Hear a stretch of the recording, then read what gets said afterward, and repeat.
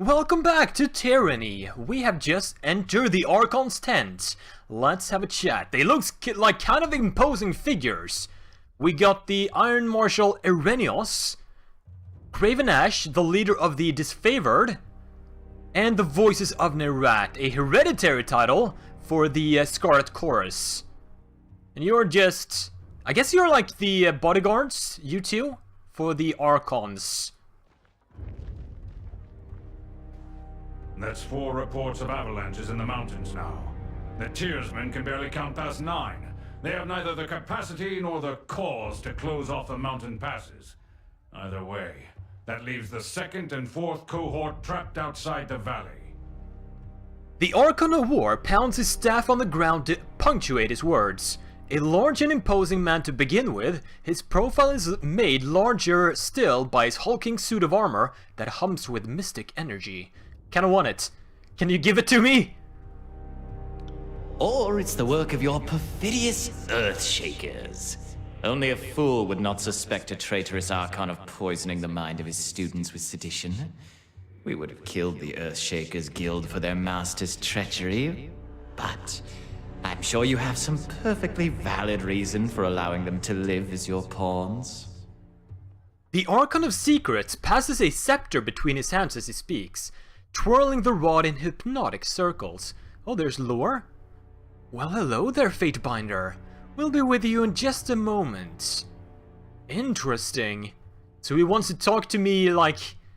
in my mind, telepathy. Telepathy? Yeah? Emerald luminescence seeps from the seams of the Archon's ragged red robes. The glow is most noticeable where his neck ought to be. His mask seems to float and spin, never pivoting or bending naturally. Hey, watch yourself. When these two get going, you don't want to get between them. Let's hang back for a bit. I always know you've run out of things to say when you resort to mocking my vassals. If we are to speak of treachery, why is it that my scouts see the Scarlet Chorus warriors defecting back to the Vendrian Guard? Your fearsome reputation has gone flaccid, for it seems you cannot control your soldiers, or perhaps you simply choose not to. My lords, the Fatebinder has arrived. Perhaps we could table this discussion and let our guest speak. Speaking of strategic failures, who was it that insisted the valley would need only a token garrison? For some strange reason, we can't seem to recall which balding halfwit grossly underestimated the enemy. Thoughts? Dude, not cool. Don't bring the baldness into this. He's a bald bro. He's got my vote in any sort of situation right now. The Archon of Secrets twirls his scepter in a twisting loop, and what does he want to say to me? Can you hear us, Fatebinder? Cough if we have your attention.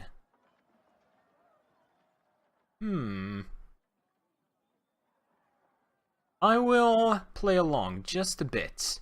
And I thought you had left agents within these Tearsmen when they surrendered. Either you failed to see this coming, or you knew and let it happen. Incompetent or in cahoots, either way, this mess has your filthy stink all over it. The Archon of War lurches forward, resting his weight on his war maul as blue luminescence crackles around his armor. That is a big-ass hammer he's got there. A war maul. We look forward to seeing you explain to Tunon why the Archon of War could not close the vice on this trivial little insurgency. When we are crowned the ruler of the Tears, we shall have this place renamed to Ash's Folly in your honor. The Voices of Nerat tosses his scepter into the air, catching it as it descends back down. Now what? Good, good. Now pay attention. You might miss something. We'll play along.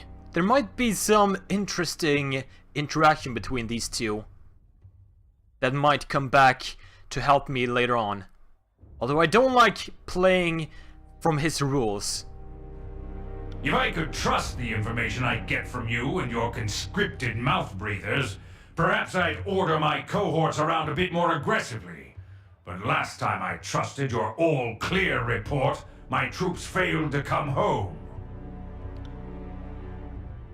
Oh, Ash, old boy. If you're going to have a little sob every time one of your nieces or nephews dies to the Tearsman, perhaps we should have Siren sing you some calming lullabies to help you cope with your grief. The Archon flips his scepter 3 times around, humming gleefully. Now what? Take care that you don't learn too much, Fatebinder.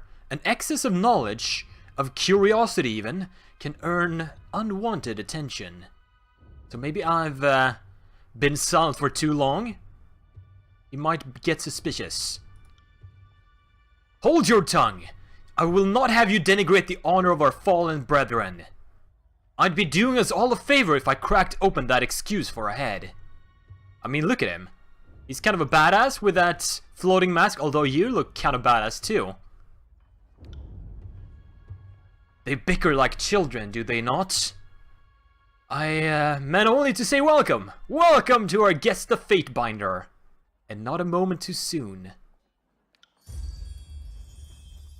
Governor Kart, long have we been honored by your iron. Now we are honored by your presence.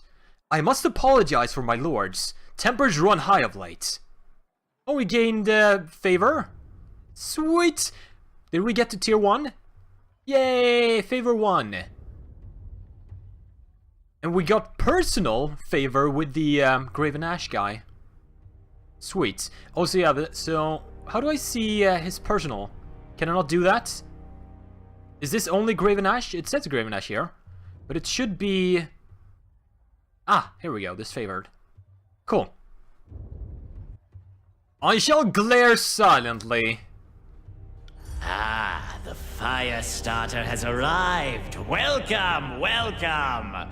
Our agents tell us such lovely stories of what you did at the Vellum Citadel. Have you come bearing another fragment of Kyros' wrath in tow? I have, but what are you whispering in my head now? Oh, this is the Conquest decision? Cool. And we gain major favor with the voices and with the Scarlet Chorus. Not even tier 1 with them yet. We were worried you'd never make it. So glad that Drostus' demise didn't cause further delay. The Archon of Secrets turns his attention to you. The frozen rictus fashioned into his bronze mask greets you with a permanent smile.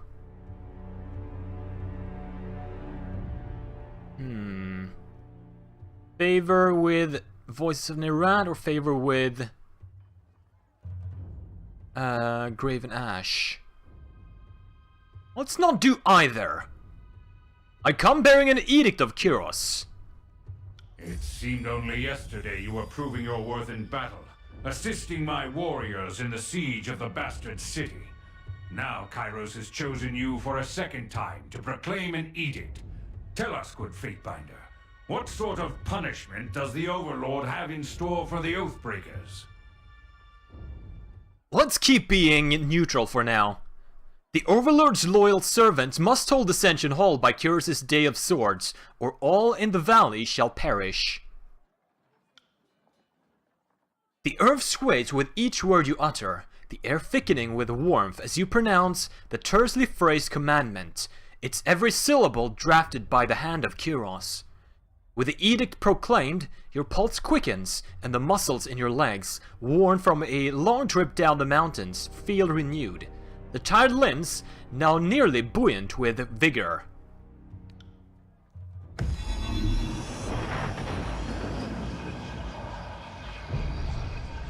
The Overlord means to compel us into action. No doubt the avalanches in the mountains are part of this ultimatum. We must conquer the Oathbreakers or die in failure. There is no room for error, and no other way out of this valley alive. We'll need to advance across the Matani. We lose everything if we stand still. And we move to backup Plan Green. The Earthshakers didn't make it over the mountain in time. So we do this the hard way. Over the walls instead of through. So you found your backbone at last! Oh, we were worried past humiliations would make you soft, timid. That was a record for you, right? The baker's dozen lost in one sortie. If you had waited for the chorus reinforcements, maybe we'd have eyes and ears on the matter. What do you say? You hear the voices in your head. Watch him squirm. So many tears over replaceable, expendable, useless soldiers. I miss the old Archon of War. You'd never see blood echo in a blubbering mess over a few dead soldiers. He'd used the knuckle bones of his best disciples for jewelry, and even made a breastplate out of his dead brothers. Ew. That seemed like a psychopath. I guess that fits with you guys. But, ooh, we got subterfuge. Average wrath with the voices of Nerat. But I also gain minor fear with verse.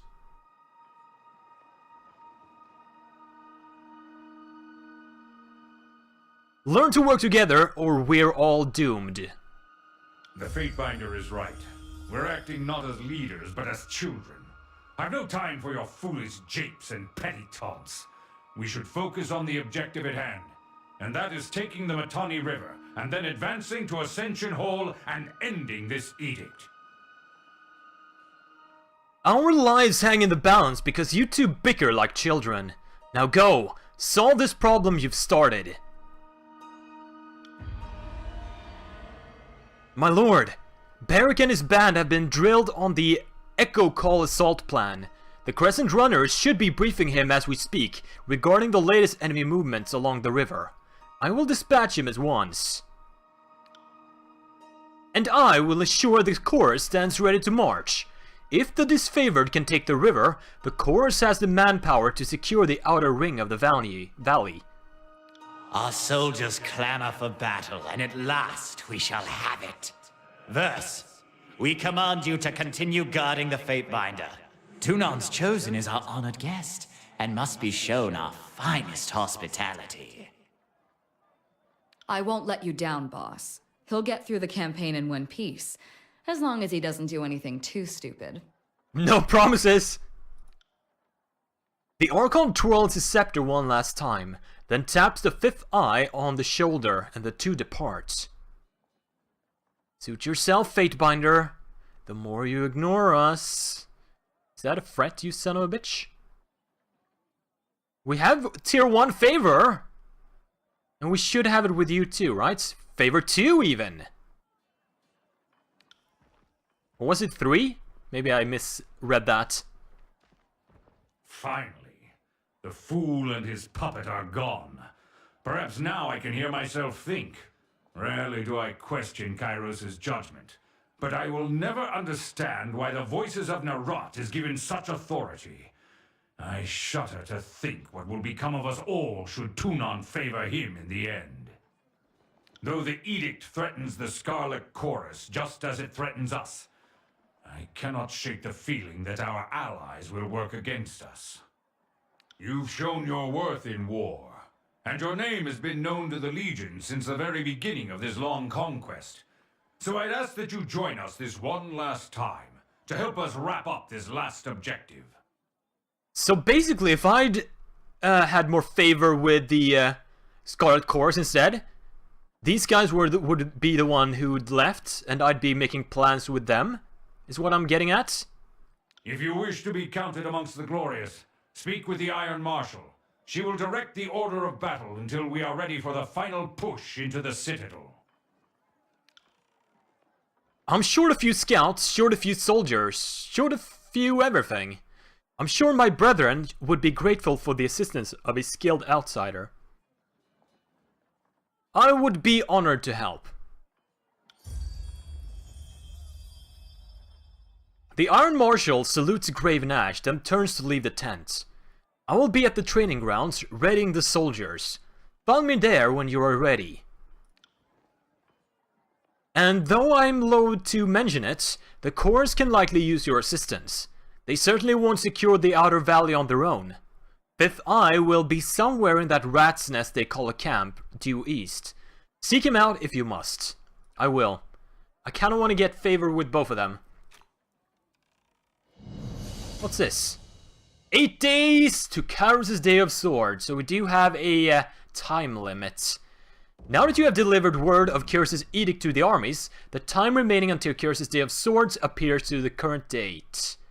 The terms of the edict must be met, or everyone will die. Also, there's 18 days here, and we only have 8. Rude. The Archon of War lets out a long sigh as he surveys the map and models displayed about his desk. He glances over his shoulders, making brief eye contact with you, furrows his brow, and turns back to his contemplation. The first time you proclaimed an edict, you gave the enemy a suspicious amount of time to ready themselves. I chalk it up to excessive mercy for a backwards people. But when the edict is against your kin, that order you follow to the letter. Let's chat. You have been a staunch ally of the disfavored since the Bastard City. I consider you our ally in the court. My mind is in a poor mood for banter, but if you wish a moment of my time, you may have it. What is on your mind? Let us see here. Your distrust of the voices of Nerat is plain as day. How did this antipathy begin? Our rivalry is a long one. The voices of Nerat served Kyros before I did, and I believe he hates me for being of roughly the same status in the eyes of the Overlord, despite being the younger Archon selected to lead an army through the tears. This war seems to have brought out the worst in us. We disagreed on strategy at every turn. If I have my history right, you used to fight against Nerat. Get that lore XP! That is true. There was a time before I was the Archon of War, a time when I took arms against the Overlord. At the time, the voices of Nerat were among those invading the lands I called home. So too was Blood Echo, the previous Archon of War. My warriors and I ambushed and killed the old Archon of War, but the larger campaign was lost, and we had to surrender. When Kyros awarded me the honor of being the next Archon of War, the voices of Nerat wanted me for his slave pens, or some equally terrible fate. So yes, he and I have a long history, and that's all I wish to speak of it. What became of the warriors who left to garrison this region years ago? I too have questions about that. I have reason to believe that when the garrison was taken, the disfavored were slain not by the Oathbreakers, and though I know it in my bones, I cannot prove the voices of Nerat is at fault. I don't want to tell the voices of Nerat about it, but let's dig further. What is your reason? It is well known that I can protect my soldiers from harm, even if they are beyond my sight. What is less known is that I sense every cut, every kill, every illness. No harm to my soldiers escapes my notice. Of the warriors posted at the Vendrian's Well Citadel, only 2 were slain in the uprising. But a few others died later, and horrible, painful magic was involved. My son was one of those who died under such unusual circumstances. Unusual! For a second, he trembles, his eyes widening with a faraway stare. The Tearsmen do have customs against killing prisoners. I'd expect your warriors to be slain in the heat of battle, but not after. Do they? I suppose I'm guilty of paying little heed to what these hillfolk believe. This makes it all the more troubling they died when they did. I need to consider what you have told me. Let us speak of something else. What can you tell me of Cairn, the late Archon of Stone? I should have known sooner his heart strayed from Kyros. I needed to split our forces. Send him to Azure while I tackled Stalwart, but that was a mistake. Without me looming near, he must have felt free to live us out his traitorous dreams. Interesting. Have we heard about this? The reluctant leader of the Earthshaker Guild. Alrighty then. Why do you think he turned against Kyros? Karen only served us because death was the alternative. It did not admire the unity and progress that Kyros brings. While I suspect Chorus agents may have whispered treachery in Karen's ear, I think it wholly possible Karen fell into disloyalty by his own volition. What about the Earthshakers? Karen's chief disciple Radix now speaks for the guild. It is true that my warriors are a bit apprehensive about our magical allies. Many suspect Karen's treachery was taught to them. But I have vetted the guild, pruned whom I don't trust, kept those I can. Anything else? No. Let's go. That is all. For the glory of Kyros. Whatever you say, buddy. Let's see what you have here. Are you gonna be mad at me for looting your command tent? Cloth? Yay, we can lockpick! And that probably means we get a bit of XP in the process. Subterfuge +1. How much do we have now? 29 and 38! So close! I think it was 39, those boxes we couldn't open. What's this? This battle report from Echo Call Crossing blames the failure of the assault on the village on the Scarlet Chorus. Apparently their scouts failed to report critical intelligence about the enemy composition. Now, let's see who needs our help in this camp. Starting off... Wait, did I not loot this? I guess not. Take that grain. Bitter Quip. Can I help you with anything? Glory to the voices of Nerat. Fatebinder card, I presume. I am Bitter Quip. I am here as an emissary of the Scarlet Chorus. What's it like working with the disfavored? Reporting to the Iron Hag is an insult. She fought one duel for her title. One? Her leadership must be rigorously proven, earned, and defended. Weakness should bleed to the bottom of the army, not rise to the top. My assignment here is also an insult, but one I will bear for the good of the chorus. If only to see with my own eyes the failure of the disfavored. That will be a fine day. What can you tell me about the Scarlet Chorus? The chorus is the future of the tiers. I feel only derision and pity for those who fear our inevitable ascension. What in particular would you like to know? I would like to, get some dirt on the voices of Nerat, if possible. He's the supreme commander and public servant. He who sets us free but directs all. The voices of Nerat is the epitome of what each of us can be. A magician without equal, and the leader of uncountable numbers. What is your role? I'm a blood chanter. My magic can turn the will of man and the tide of battle. I have held command for 3 years now, though being forced to keep an eye on the disfavored is not the reward I had envisioned for my service thus far. Sounds like you're a Voices of Nerat fanboy. He blinks several times and scowls, saying nothing. And then he hides the picture he has in his wallet. That's all for now. And we are going to leave it there for now. Next up, we are gonna get some side quests and try to do as much as we can to aid our forces before the Day of Swords has come. However, that is going to be a tale for another day. Let me know if you guys want to see more by hitting that thumbs up, leaving a comment below, and sharing the videos around. Thank you for watching. I will see you guys next time.